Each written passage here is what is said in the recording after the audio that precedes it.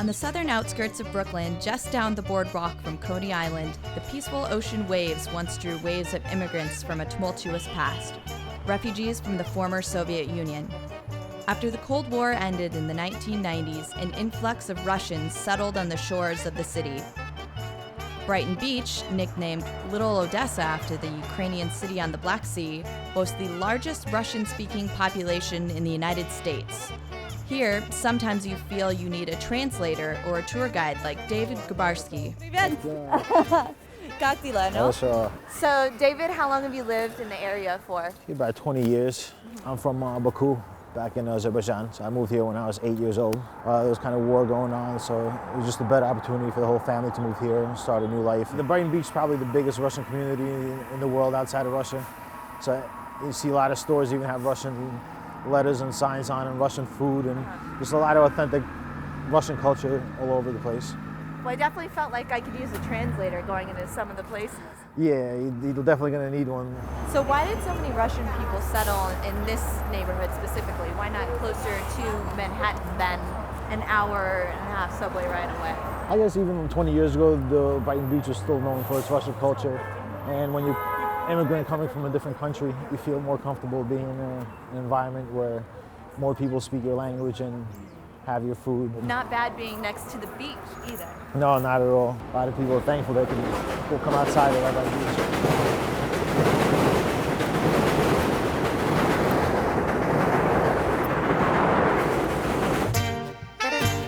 At Immigrant International Food, farther down Brighton Beach Avenue, locals stock up on fresh-made breads and other provisions. While there, peruse deli cheeses and sample Russian-style cold cuts like veal, chicken, and pork. Cheese, eggs, onions. So this is like all the hot foods. Sausages, chicken. I can definitely smell the onions. Yeah, they use onions a lot of the cooking, so adds a lot of flavor. A lot of fish, a lot of salmon. They love their fish. Are they salt cured or pickled or? Most of them are salt cured, yeah. Fresh apricot or mango juices often accompany meals at cafes, and you can sample a variety of dishes for under $10. What are we trying, Dave? We're trying some pir-oj-ki smasem, Right, which are exactly what you said. hot pockets with meat. Really fluffy and soft. It tastes like a donut. So what else is mixed in there? Is that potato or corn or? A little bit of onion. That's what really does it. Cheers. Cheers. Did they put Pure juice? Pure juice.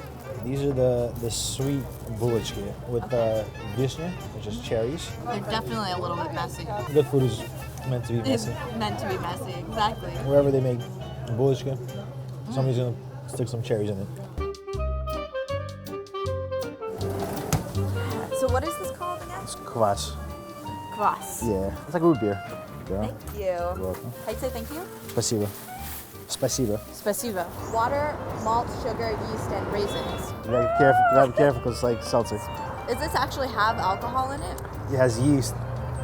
Which can yeah. So if you drink enough of these, You're but kind by of the time you get a little tipsy, you're gonna be, having a great day, right? yeah. Everyone in Russia needs a fur coat.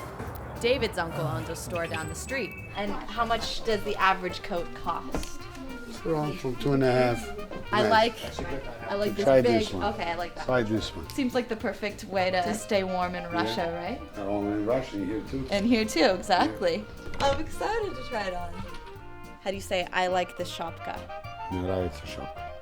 Нравится шапка. Nurayet shopka. Yeah. Don't try to learn Russian, please. It's not going to work over here. What do you think? Beautiful. Fox fur. Yeah, this is white fox. Wow, it's beautiful. David, David, please put a hat on.